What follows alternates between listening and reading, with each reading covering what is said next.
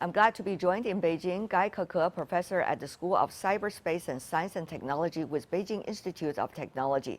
In London, Wu Jun, associate professor from the Institute of Law at the Chinese Academy of Social Sciences. Last but not least, in Beijing, once again, Andy Mock, research fellow at the Center for China and Globalization. Gentlemen, welcome to the program. The topic is very exciting, that China bans certain use of facial recognition technologies in public spaces, especially coming from the private sector. Tell us more about your response to the latest, Professor Wu. As this regulation or its departmental measures is quite in time, I should say, because especially after the first case emerged in 2019, and since then, the facial data protection has been an issue for the courts. But at that time, a lot of experts were saying that the administration measures should be put in place to protect the individual rights, because when individual rights were infringed, when the facial data was collected and processed, maybe this individual has no enough insensitive to defend his or her right. So at this time, maybe ex ante or beforehand mechanism should be installed to effectively protect individual rights when you employ the so-called facial data collection technologies. Well, first of all, I think there are some other technology to replace the current solutions that's are based on the facial recognition. From the perspective of the technology, I would like to say we got a lot of other options. For example, like non-biometric technology that we can use for applications. We can use like some hardware-based solutions. For example, like physical credential solutions is one of the options, such as an NFC, RFID, or SIM cards. In addition, like our country is promoting the next generation of ID cards. So this technology can be used to replace the current solutions based on facial recognition. So this is one of the reasons that I want to highlight. Having said that, though, Professor Wu, we see China has been a leading player in terms of facial recognition technologies worldwide, and new technologies has been spurning from there. So will China be able to implement this despite of the tremendous potential of commercial interests? At this time, if China wants to have a mature and dynamic market for this facial recognition technology to prosper, then he must care about the very important market entity, that means consumer or individual, what his or her feeling about this technology. If he or she was insecure about this technology cannot say is successful in the market. So at this time, I think China put out this measure and say we will implement it. It just have a strong signal to the market that we want mature and dynamic market while safeguarding the individual, especially consumers' rights. We understand that, Mr. Guy, there is this specific regulation is mainly targeting at businesses that are collecting Face ID from its customers in one way or another. But how to make sure that these businesses will be monitored in order to have the latest regulation being implemented? Will they depend mainly on the customers' complaints, or there are mechanisms and technologies that can make sure that this can be implemented? We need to help users to clearly understand the purpose of their biometric information and agree to it in the form of an electronic contract. From a data perspective, we need to effectively govern the entire life cycle of data management. So this is very important. This includes a series of activities such as like data collection, transmission, storage, usage, and destruction. For example, during the data collection process, it is necessary to decide like whether it needs to be like stored remotely or locally to reduce the possibility of data leakage. A proper encryption technology probably is needed or is need to be selected for data protection during the transmission. Professor Wu, uh, this once again is mainly targeting at businesses, but what about the public sector? What about the state sector? How the consumers and the public here in China can make sure that their facial ID, once being given, through the system, will be used only with their consent? First, from the measures, you can see a regulated department is quite concerned about the purpose. The data should be collected minimum for limited purpose. That makes the data you provided to the business is quite limited, and this will reduce the occurs infringement. Secondly, the regulatory authority wanted to install a kind of registration system. With this system, and the business activities could be fully monitored by the regulatory agencies in the provisional level, as you can read from the measures.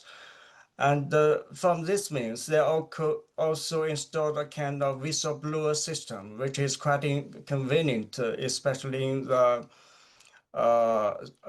laws regarding the individual rights protection. I think maybe that's the first step. Maybe they have to see the further interaction with the court system and to see what the final result turns out. I think this department measure need to be tested in reality, and maybe it need to implement in the future.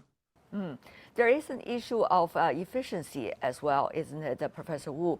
One of the arguments of businesses trying to collect the facial ID of their customers is, well, the customers can have access to the service as frequently as they want and wherever they are.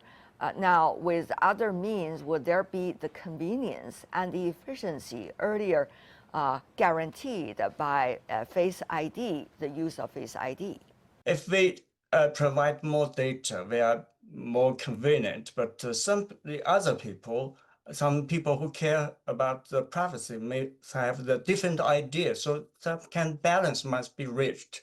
In the matter the balance that if the purpose can only be achieved efficiently and legally by the facial recognition technology, maybe you can apply it. But if this purpose can also reached by the alternative technologies, alternative means, you must provide the backup to those who care about privacy.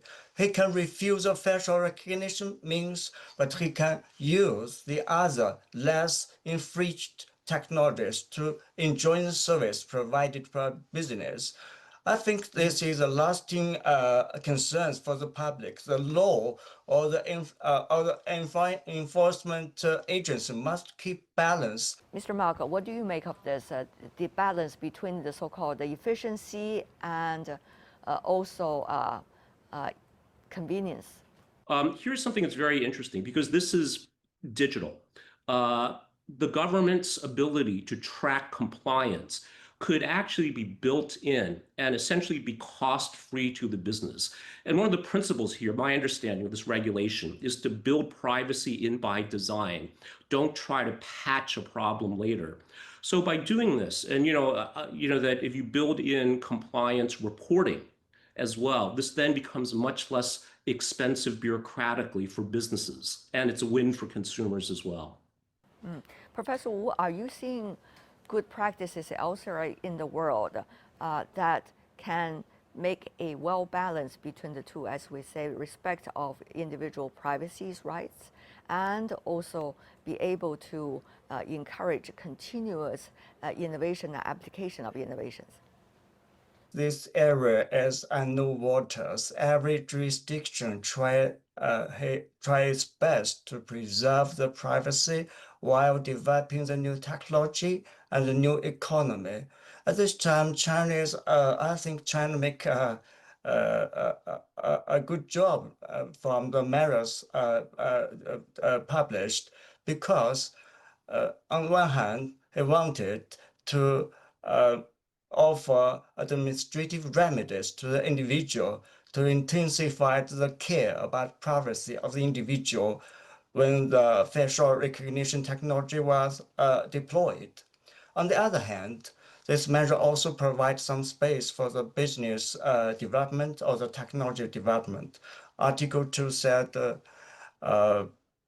when the laboratory development technology can be exempted from the measures because it's not be deployed. But all in all, this kind of laboratory development of a facial recognition technology or the AI training using facial data should be exempted, while it should at the same time obey the general personal information protection regime installed by China in 2021. So I think it's quite good balance. And I think this kind of efforts should be acknowledged and encouraged. So how to bring more people onto the same page and reach stronger consensus when it comes to how technologies will be used? Your thoughts on that with the latest regulation coming out, Professor Wu? At any time, there is silent majority. This majority is not there. They're not feeling it. They're just shy to express their rights and their views. But they are good fellows. If there is a good system, well, it was established, pushed by some quite active right defenders regarding the facial recognition technology. They will follow it and they will help to make this system steady. I think that it's a task of state to acknowledge this good interaction between the forerunner and the silent majority to safeguard equally everyone of the public. So that the market and the technology purpose with a decent individual right safeguarding system. I think that's an ideal balance to be achieved by any state or any jurisdiction. That's my view. Mr. Guy? Well, I think it's important to help most people understand the common sense in this field. First of all, like facing like different application scenarios, the required technologies may be diverse. So this involves like whether that sampling can have like a better distribution performance in the data usage. We need to do like a necessary technical processing for some operations. Such as like data labeling. So this like common sense we need help public to understand some like basic concepts about the technology, about like privacy protection. So overall, I think this involves like integration and application of multiple technologies, and it's necessary to make a detailed indicator requirements and form solutions for specific application scenarios. And make the knowledge available to the public. Mr. Mok. I would echo that point in that every disruptive technology, whether that's steam power, electricity, telephones, brings disruptive social change that offers both opportunities and challenges. So facial recognition technology, again, which is a subset of artificial intelligence, as we're seeing today, is posing opportunities and challenges as well. So I think that one, sound laws effectively implemented are important. And I think China has demonstrated a long history of success with this. But at the same time, an educated citizenry. So people that not only understand the law, but ideally why it's important, I think will be very, very effective because, of course, that makes enforcement better.